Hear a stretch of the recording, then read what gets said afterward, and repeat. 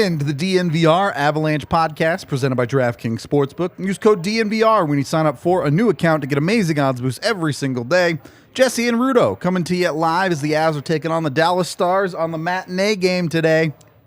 It's a matinee game, so buckle up, get ready for anything. Yeah. As is usually the case with these early afternoon games. But a couple of notes.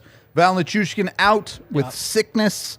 Nothing serious, but going to miss this one. Probably going to miss tomorrow as well. Yeah, well, I'll put it at a 50-50 for tomorrow, because when we asked Jared yesterday, he said they were hoping for him to play this weekend. My guess is they probably left him home yesterday. Yeah. My guess is feel better and let's check back in tonight. Fair enough. But you're probably right. Wouldn't just knowing the Avs have never been in a rush with those guys. If they're not feeling ready to go, they're not going to force it. Right. So that is what it is. No Josh Manson either. That one not surprising given the injury. Still nothing concrete there, but we do know he's going to miss some time. On the flip side, Jesse, no two ways around this one. It's a big game, right? Yeah, no, it's huge. I mean, you're going into Dallas. This is the team you're chasing down. The standings are all over the place right now. The games in hand are just out of control. Right, Tiff and I were talking about it before. There's just such a weird makeup to way that this schedule has been put together. I would love to just do a story on the scheduling of this season, purely just so that I could get a better understanding for it. But I mean, I look at a team like the Minnesota Wild. I feel like those dudes haven't had 2 days consecutive off in a month and a half. They're playing every time I look up. And that's exactly what the Avs are about to go through. We'll get to it in a little bit. Right. But as we're, the Avs, they're getting these back-to-backs, then it's 3 days off, then it's a back-to-back, then it's 2 days off, it's back-to-back, then it's 4 days off. And then you go every other night, 2 nights, or I guess 4 nights technically, and then you got 2 more nights off. It's just... It's weird. It's weird, Avs, yeah. Every time they gain any ground in games in hand, they sit for 2 or 3 days, and those other teams reestablish that lead. So the standings look a little funny right now, but in terms of points percentage, you factor in games in hand and everything, this is the team. The Avs talk about... Teams are literally tied by points percentage. By points percentage. So.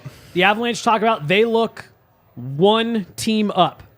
We're trying to catch the team in front of us. And once we catch that team, well, now we're trying to catch the new team in front of us. This is the team in front of them. You have a chance to close the point gap without giving away any games in hand. Jared Bednar more or less told us after the New Jersey game, I started Justus Annunen because this game meant less. The games this weekend mean more to us and our playoff race and where we're at and seeding and all of that. This is a huge game. This is also a big test. Look, the Avs just doubled down on this roster. Yep. They said, we think this roster we have can compete for a Stanley Cup as is currently constructed. We didn't feel it necessary to go out and overspend on assets because we think we have a team capable of repeating. You doubled down. This is currently the top team in your division. Go knock them off and say, see, we told you. I believe the Avs are the best team in the West. I agree with you. Even as constructed.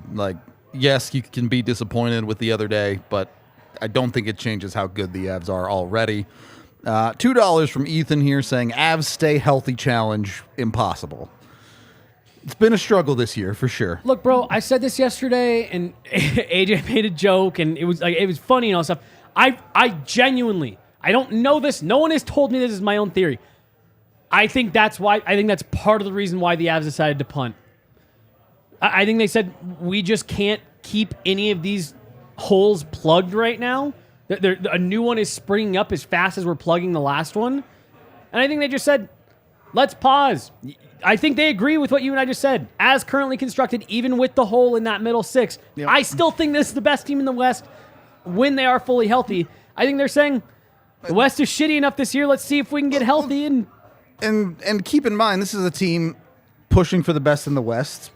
I do think they might treat Gabe Landeskog a little bit like their deadline acquisition. I agree. He might not be ready till the start of the playoffs, whatever. Yeah. But I do think they look at it a little bit like that. I do too. I'll be honest. Me personally, I don't love them looking at it like that. Me either. But I can, to what the point I think you're making is, I can at least see that side. Talk of yourself into it a little bit. Right. And I think that was the phrase that I used yesterday. Like, you can sell me on that.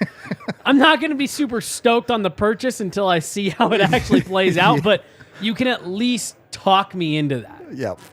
The other side of that, the Avs do get Cale Makar back tonight. I think the Avs plan, assuming Cale was okay, which by all accounts he was doing fine fairly quickly after the second concussion. Yes, so I was going to say, we got a chance to talk to him yesterday, not to derail too much here, go, but go. That really was what he just did allude to. So exactly what you just said. The second one was like that next day, he was like, this feels a little funny. But like we noticed right away, he's been pushing himself. Yeah. He's been skating pretty hard since he went out, and he more or less said yesterday, I was pretty fine. I was pretty fine, but I wasn't fucking around with this one. Like, we Yep. weren't taking any chances. We weren't messing around. So for all the folks that said, take your time, don't push it, don't push Makar, blah, blah, blah. That's what he did. Got your wish. That's exactly what he did. He probably was feeling well enough to come back 2-3 days later. Yep. But he's back now, and the question is there such a world where you can put too much pressure on Cale Makar? Like, this guy is coming back, and the expectation is the sky, basically. No, I don't think you can for a couple reasons. The Avs have multiple guys in that room who have that, and really the team as a whole has a mentality of, you'll never put more pressure on us than we put on ourselves. Sure. And I think Cale Makar is one of those people. Yep. And he has such a high expectation for himself. There's nothing that anyone else is going to expect of him that will exceed what he expects of himself.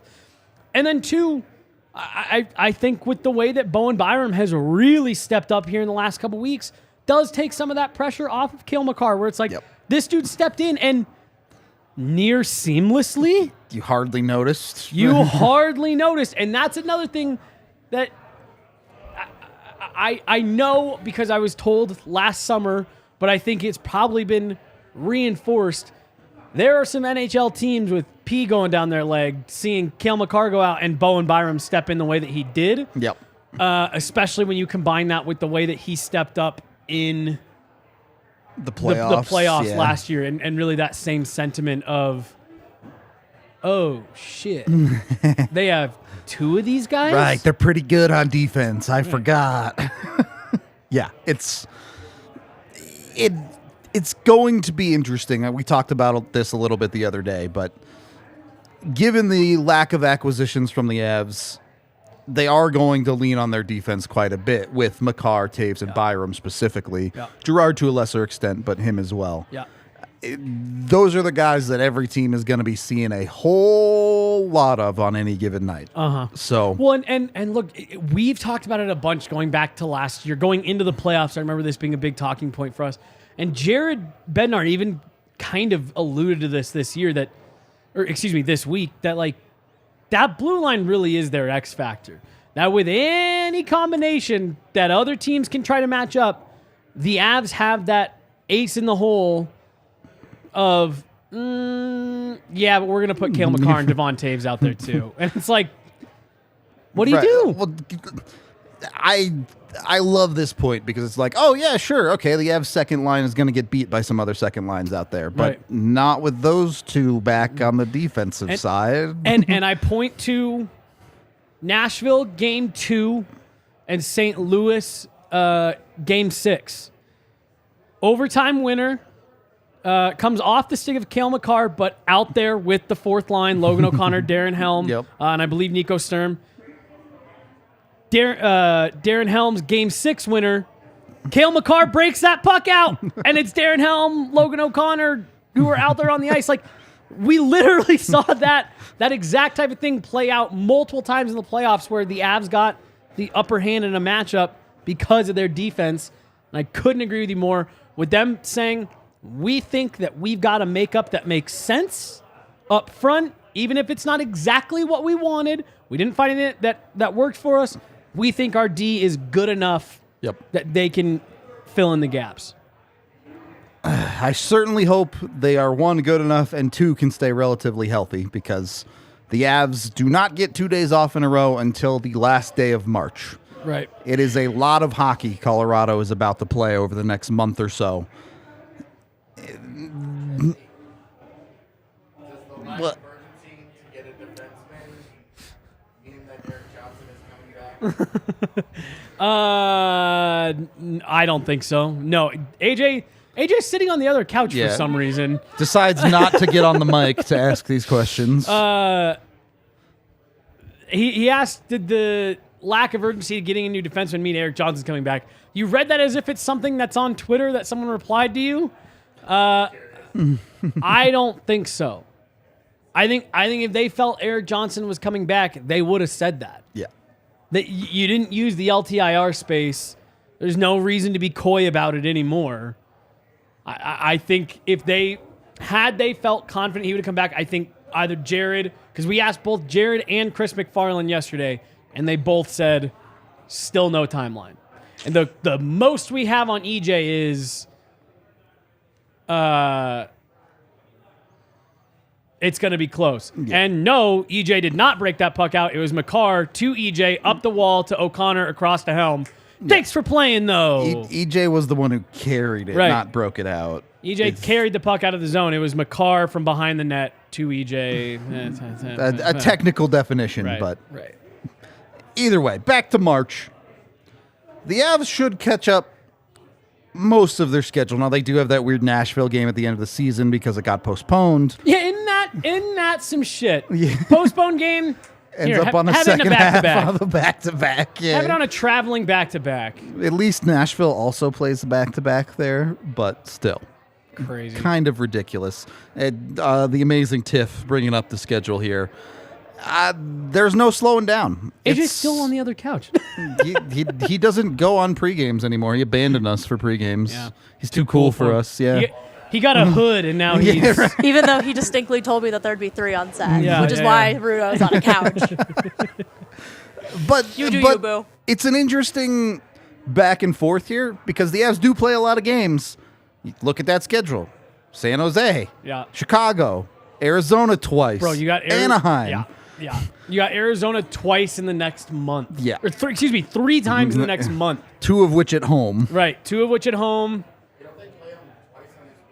Yep. Yeah. Well, no, not next that's week. That's like 2 weeks from really, now. technically, it's like 3 2 weeks. and 3 weeks from now, yeah. Because they play them Friday the 24th and then Sunday the 26th. So technically 2 different weeks. Again, we're talking to AJ off screen. Yeah, this is going to be interesting. Again, Tiff and I were talking about, like, it's been, or I guess we were even talking about it just 5 minutes ago on this show.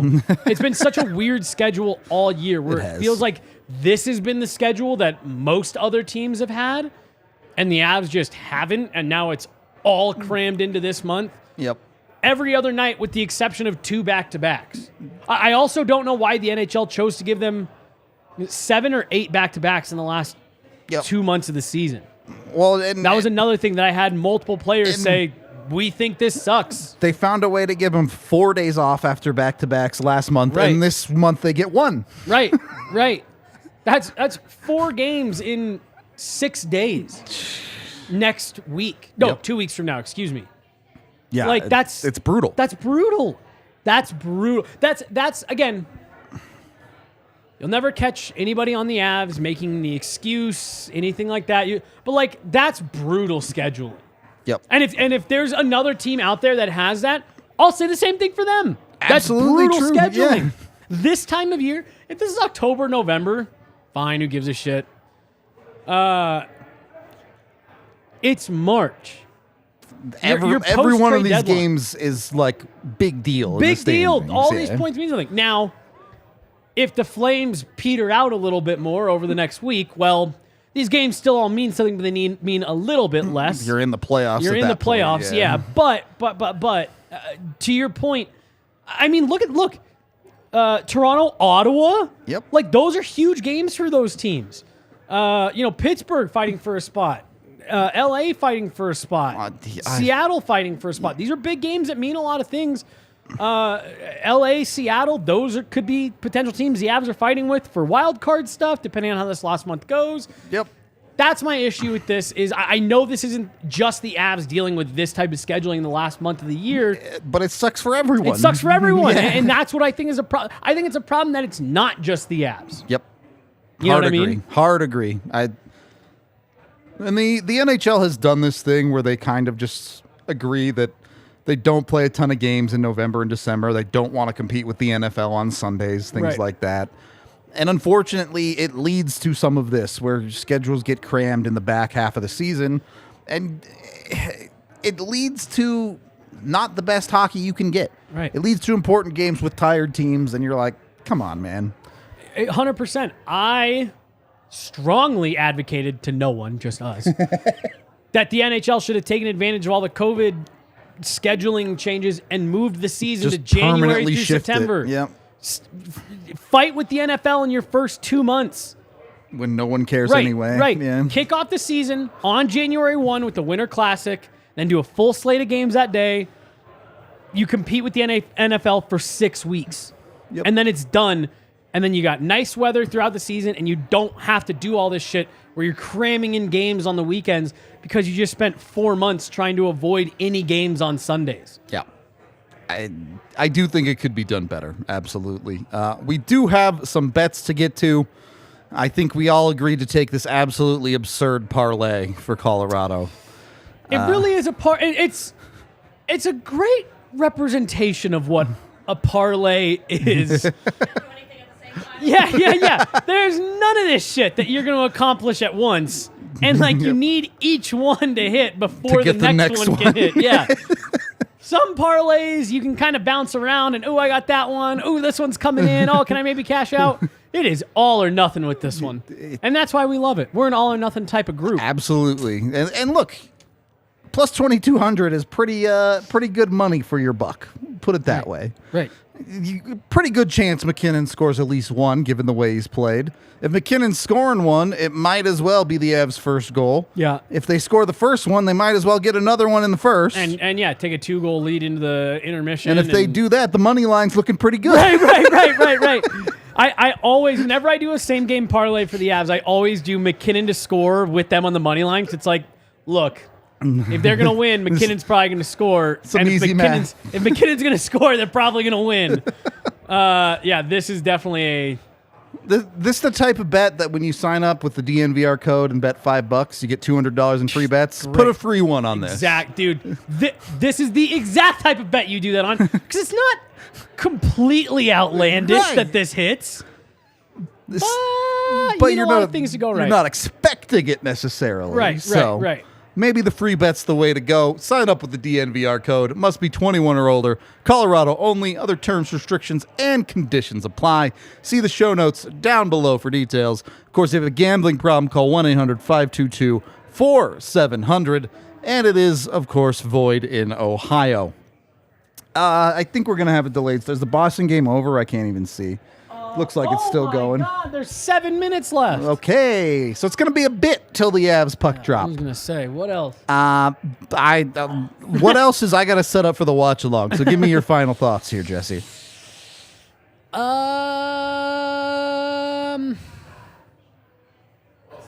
Damn, I got nothing. Perfect. Go into this game, brain off. It's a matinee. Just enjoy it. Have a mimosa. Do you think Mikko gets one today? Because now it's just a chase for 50. Now the deadline's passed. Straight The up. chase is on. I hope he does. Dude, I would love to see him score 50. We haven't seen a 50-goal scorer in. Do you remember when the last time was, off the top of your head? That's 203 two season? decades ago. 2 decades, yeah.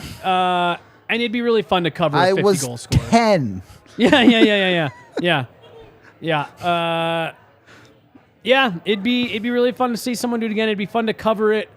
I talked to him yesterday for something that you're doing. We're not going to get too far into it.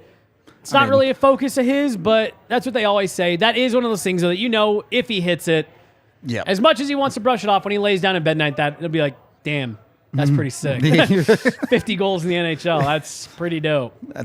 I do think that's one of the things you think about more after the fact, probably, if you're a player. Yes, yeah. I know he says he doesn't care. He's not going to keep the pucks or anything. Right, but right. It's still pretty cool.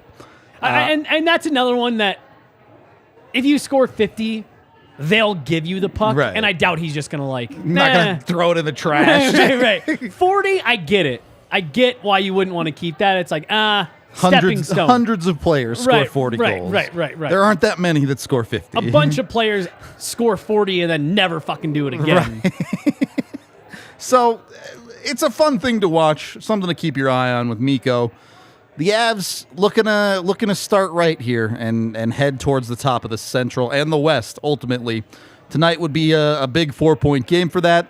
We will be doing a watch along. Tune into that, or at very least, if not that, tune into the post game where it will be the two of us and AJ actually getting on camera. So they're just shouting at us from a different couch. We appreciate all of y'all hanging out with us, and we will talk to you in a little bit.